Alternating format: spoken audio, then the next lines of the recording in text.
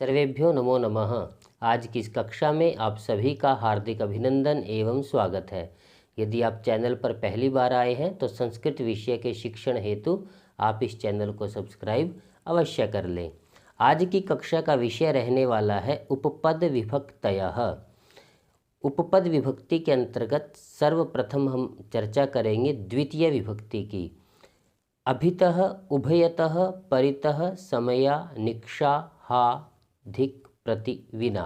यह सूत्र इसको याद करना हमारा सर्वप्रथम कर्तव्य है कि हमें यह पता हो कि किन किन शब्दों के साथ द्वितीय विभक्ति का प्रयोग होता है। शब्दों की संख्या इससे अधिक भी हो सकती है, परंतु यहाँ पर कुछ हमने लिखने का प्रयास किया है, ये अनिवार्य रूप से हमें याद होना चाहिए। अभितः, उभयतः, परितः, समया, निक्षा, हा, धिक, प्रति, विना। यानी इनमें से यदि किसी पद का प्रयोग वाक्य में होता है तो उसके साथ द्वितीय विभक्ति का प्रयोग होगा। उदाहरण के लिए रिक्त स्थान अभितः वृक्षाः सन्ति। अब यहाँ पर इस वाक्य में अभितः पद का प्रयोग हुआ है जो कि नियम अनुसार द्वितीय विभक्ति के अंतर्गत आता है, यानी रिक्त स्थान में द्वितीय विभक्ति का प्रयोग होना चाहिए। अत्रस्ति मार्गस्य, यहाँ पर षष्ठी विभक्ति है। मार्गम यहाँ पर द्वितीय विभक्ति है। मार्गेण यहाँ पर तृतीया और मार्ग यहाँ पर कोई विभक्ति है ही नहीं। इसलिए अभितः के योग में क्योंकि द्वितीय विभक्ति का प्रयोग होना था तो यहाँ हमारा विकल्प होगा मार्गम। मार्गम अभितः वृक्षाः सन्ति। मार्ग के दोनों ओर वृक्ष हैं। अग्रे अस्ति बालकः रिक्त स्थान प्रति गच्छति। अब यहाँ पर इस वाक्य में प्रति ऐसा शब्द आया है जो द्वितीय विभक्ति के अंतर्गत आता था, तो इसलिए प्रति के योग में द्वितीय विभक्ति का प्रयोग होना चाहिए। तो हम यहाँ से गृहम, जो कि द्वितीय विभक्ति में बना हुआ है, गृह यहाँ कोई विभक्ति नहीं है, गृहात यहाँ पर पंचमी और गृह यहाँ पर सप्तमी विभक्ति का प्रयोग किया गया है। क्योंकि प्रति के साथ द्वितीय विभक्ति का प्रयोग होता है इसलिए हमारा विकल्प होगा गृहम। बालकः गृहम प्रति गच्छति। अग्रे अस्ति तृतीया विभक्ति ही। यहाँ पर दो नियम अपने पास लिखे हुए हैं। सह, साकम, समम, सार्धम, अलम, विना, हीनः। प्रिय विद्यार्थियों, यद्यपि ये कोई नियम नहीं है परंतु हमें इन शब्दों को याद करना है, तो हमें एक सीक्वेंस में इन्हें याद यदि हम कर लेंगे तो हमारे लिए यह कार्य आसान रहने वाला है। सह, साकम, समम, सार्धम, इन सभी का जो अर्थ होता है वह साथ होता है। अलम निषेध के अर्थ में, और विना के बिना, और हीनः किसी से हीन। अग्रे अस्ति येनांग विकारः। येनांग विकार, इसका अर्थ यह है कि जिस अंग में विकार हो उस अंग में तृतीय विभक्ति का प्रयोग किया जाता है। यदि आपको ये पद याद हो चुके हैं तब आपके लिए तृतीय विभक्ति का प्रयोग करना बिल्कुल सरल हो जाएगा। जैसे पुत्रः रिक्त स्थान सह गच्छति। अब देखिए यहाँ पर सह का प्रयोग हुआ है और तृतीय विभक्ति के अंतर्गत इस पद का प्रयोग किया गया है, यानी जहाँ पर सह का प्रयोग होगा वहाँ पर तृतीय विभक्ति का प्रयोग होना चाहिए। अत्र पश्यन्तु जनकेन, यहाँ पर तृतीय विभक्ति है। जनकम, यहाँ पर द्वितीय विभक्ति का प्रयोग हुआ है। जनकाय, यहाँ पर चतुर्थ विभक्ति है। और जनक, यहाँ पर कोई विभक्ति नहीं है। क्योंकि सह के साथ तृतीय विभक्ति का प्रयोग होना चाहिए था तो हमारा विकल्प होगा जनकेन।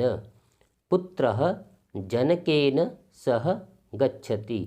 पुत्र जनक के साथ यानी पिता के साथ जाता है।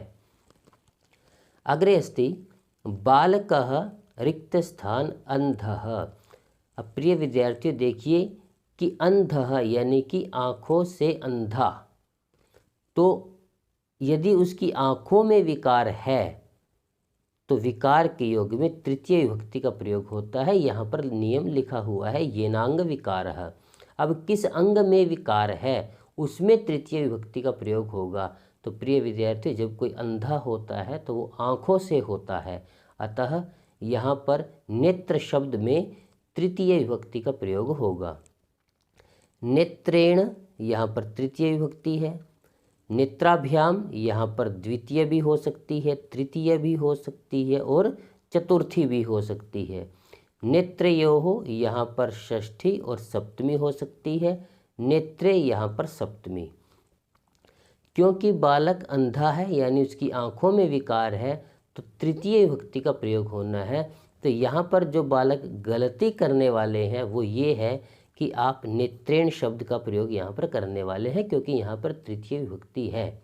लेकिन प्रिय विद्यार्थियों, जब कोई व्यक्ति अंधा होता है तो वो एक आँख से अंधा नहीं होता। जब उसकी दोनों आँखों में रोशनी न हो तब वो अंधा होता है, और यदि एक आँख में कोई कमी है तो उसको अंधा नहीं, उसको काना कहा जाता है। तो यहाँ नेत्रेण विकल्प नहीं हो सकता, यहाँ दोनों ही आँखें अंधी हैं, तो इसके लिए द्विवचन का प्रयोग होगा नेत्राभ्याम। तो बालकः नेत्राभ्याम अंधः, बालक आँखों से अंधा है। इस विकल्प का प्रयोग कब होगा, आइए आपको समझाने का प्रयास करते हैं। यदि अंधः इस शब्द के स्थान पर काणः इस शब्द का प्रयोग किया जाता, बालकः रिक्त स्थान काणः। अब यहाँ पर नेत्रेण एक वचन का प्रयोग होता कि बालक एक आँख से काना है, लेकिन यहाँ पर तो अंधः लिखा हुआ था और अंधा जो होता है वो दोनों आँखों से होता है, इसलिए अंधः के साथ द्विवचन नेत्राभ्याम का प्रयोग हुआ।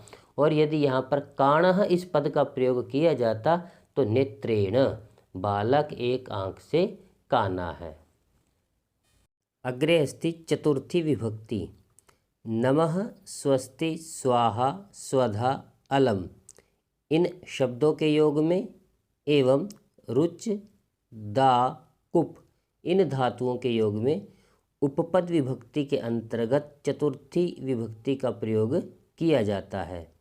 जैसे ओम रिक्त स्थान स्वाहा। अब यहाँ पर स्वाहा इस पद का प्रयोग किया गया है और स्वाहा के साथ चतुर्थी विभक्ति का प्रयोग होता है, अतः प्रदत्त विकल्पों में से हमें चतुर्थी विभक्ति वाले विकल्प का चयन यहाँ करना है। इंद्रम, यह द्वितीय विभक्ति के अंतर्गत बना हुआ शब्द है। इंद्राय यहाँ पर चतुर्थ विभक्ति है और इंद्रेण यहाँ पर तृतीय विभक्ति का प्रयोग किया गया है। यहाँ पर जो मूल शब्द है वो है इंद्र और यह अकारांत है, यानी बालकम इंद्रम, बालकाय इंद्राय, बालकेन इंद्रेण। इस प्रकार हम शब्द रूपों का ज्ञान प्राप्त कर सकते हैं। अब यहाँ पर चतुर्थी विभक्ति के अंतर्गत इंद्राय शब्द का निर्माण हुआ है, अतः हमारा यही विकल्प सही होगा। ओम इंद्राय स्वाहा। अग्रे अस्ति रिक्त स्थान मोदकम रोचते।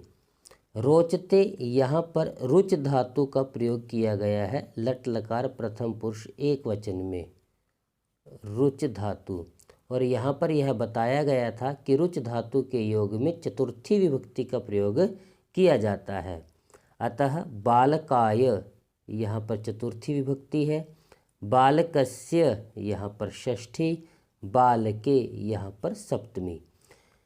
क्योंकि रुच धातु के साथ चतुर्थी विभक्ति का प्रयोग करना है, इसलिए हमारा यह विकल्प सही होगा। बालकाय मोदकम रोचते। अग्रे अस्ति पंचमी। भय, भीत, भीति, भी, विना, बहिः, रक्ष। इन शब्दों के योग में और रक्ष धातु के योग में पंचमी विभक्ति का प्रयोग किया जाता है। तो हमें सर्वप्रथम यह शब्द याद होने चाहिए कि किन शब्दों के योग में और किस धातु के योग में पंचमी विभक्ति का प्रयोग किया जाता है। उदाहरण के लिए बालकः रिक्त स्थान बिभेति। अब यहाँ पर जो बिभेति धातु का जो रूप है वो भी धातु से बनता है और भी धातु के योग में पंचमी विभक्ति का प्रयोग होना चाहिए था, इसलिए सर्पः यहाँ पर प्रथमा विभक्ति है, सर्पस्य यहाँ पर षष्ठी और सर्पात यहाँ पर पंचमी। क्योंकि भी धातु के साथ पंचमी विभक्ति का प्रयोग होना चाहिए था तो हमारे लिए ग जो विकल्प है सर्पात यह उचित होगा। बालकः सर्पात बिभेति। अग्रे अस्ति रिक्त स्थान बहिः नदी वहति। अब यहाँ पर बहिः एक ऐसा पद आ गया है जो हमें यह बताता है कि बहिः के योग में पंचमी विभक्ति का प्रयोग होना चाहिए। अतः ग्रामात् यहाँ पर पंचमी, ग्रामस्य यहाँ पर षष्ठी, ग्रामेण यहाँ पर तृतीय विभक्ति का प्रयोग किया गया है और हमें बहिः के योग में पंचमी विभक्ति का प्रयोग करना है। अतः ग्रामात्, ग्रामात् बहिः नदी वहति। उपपद विभक्ति का प्रयोग करना बिल्कुल सरल होता है। शर्त यह है कि किस विभक्ति के अंतर्गत किन शब्दों का प्रयोग किया जाएगा ये हमें याद होना चाहिए। अग्रे अस्ति षष्ठी। पुरतः पृष्ठतः उपरि अधः वामतः दक्षिणतः। इन शब्दों के योग में षष्ठी विभक्ति का प्रयोग किया जाता है। पुरतः इत्यर्थे सामने, पृष्ठतः पीछे, उपरि ऊपर, अधः नीचे, वामतः बाईं ओर, दक्षिणतः दाईं ओर। ये इन शब्दों के अर्थ हुए। इनके योग में षष्ठी विभक्ति का प्रयोग किया जाना निश्चित है। उदाहरण के लिए रिक्त स्थान पुरतः उद्यानम अस्ति। अब इस वाक्य में पुरतः जो पद है वो हमें यह निर्देश देता है कि पुरतः के योग में षष्ठी विभक्ति का प्रयोग किया जाना है। गृहम अत्र प्रथमा अथवा द्वितीय अस्ति, गृहस्य अत्र षष्ठी अस्ति, गृहे अत्र सप्तमी विभक्ति अस्ति। पुरतः के योग में जब षष्ठी विभक्ति का प्रयोग किया जाना निश्चित है तो हमारे लिए उचित विकल्प होगा गृहस्य। गृहस्य पुरतः उद्यानम अस्ति। घर के सामने उद्यान है। अग्रे अस्ति रिक्त स्थान अधः छात्रः पठति। अब यहाँ पर अधः जो पद है वो हमें यहाँ पर बताया गया था कि इसके योग में षष्ठी विभक्ति का प्रयोग किया जाना है। तो वृक्षस्य अत्र अस्ति षष्ठी, वृक्षैः तृतीया और वृक्षः प्रथमा। तो अधः के योग में षष्ठी विभक्ति का प्रयोग होना निश्चित है, इसलिए हमारा विकल्प होगा वृक्षस्य। वृक्षस्य अधः छात्रः पठति। वृक्ष के नीचे छात्र पढ़ता है। अग्रे अस्ति सप्तमी विभक्ति। कुशल, निपुण, प्रवीण इन शब्दों के योग में स्नेह और विश्वस इन धातुओं के योग में सप्तमी विभक्ति का प्रयोग किया जाना निश्चित है। अतः हमें इन शब्दों का और इन धातुओं का ज्ञान होना आवश्यक है कि इनके साथ सप्तमी विभक्ति का प्रयोग किया जाना है। उदाहरण के लिए मोहनः रिक्त स्थान कुशलः अस्ति। अब यहाँ पर कुशलः इस पद का प्रयोग इस वाक्य में किया गया है जिसके योग में सप्तमी विभक्ति का प्रयोग होना है। कार्यम अत्र अस्ति प्रथमा अथवा द्वितीय, कार्येभ्यः अत्र अस्ति चतुर्थी अथवा पंचमी, कार्ये अत्र अस्ति सप्तमी। अतः कुशल के योग में सप्तमी विभक्ति का प्रयोग निश्चित था, तो हमारे लिए उचित विकल्प होगा कार्ये। मोहनः कार्ये कुशलः अस्ति। मोहन कार्य करने में कुशल है। अग्रे अस्ति छात्राः रिक्त स्थान विश्वसन्ति। विश्वस धातु के योग में सप्तमी विभक्ति का प्रयोग किया जाना निश्चित है, वो हम यहाँ पर पढ़ करके आए थे। इसलिए आचार्याः अत्र अस्ति प्रथमा विभक्ति, आचार्येषु अत्रस्ति सप्तमी, आचार्यम अत्रस्ति द्वितीया। क्योंकि विश्वस धातु के योग में सप्तमी विभक्ति का प्रयोग किया जाना निश्चित है, अतः हमारे लिए उचित विकल्प होगा आचार्येषु। छात्राः आचार्येषु विश्वसन्ति। छात्र जो है वो अपने आचार्यों में, अध्यापकों में विश्वास करते हैं। प्रिय विद्यार्थियों, आशा है कि आप उपपद विभक्ति का प्रयोग करना सरलता पूर्वक सीख गए होंगे। इसका याद करने का एक ही नियम है कि किस विभक्ति के अंतर्गत किन शब्दों का अथवा किन धातुओं का प्रयोग होना है, सर्वप्रथम हमें वो याद होना चाहिए। धन्यवाद।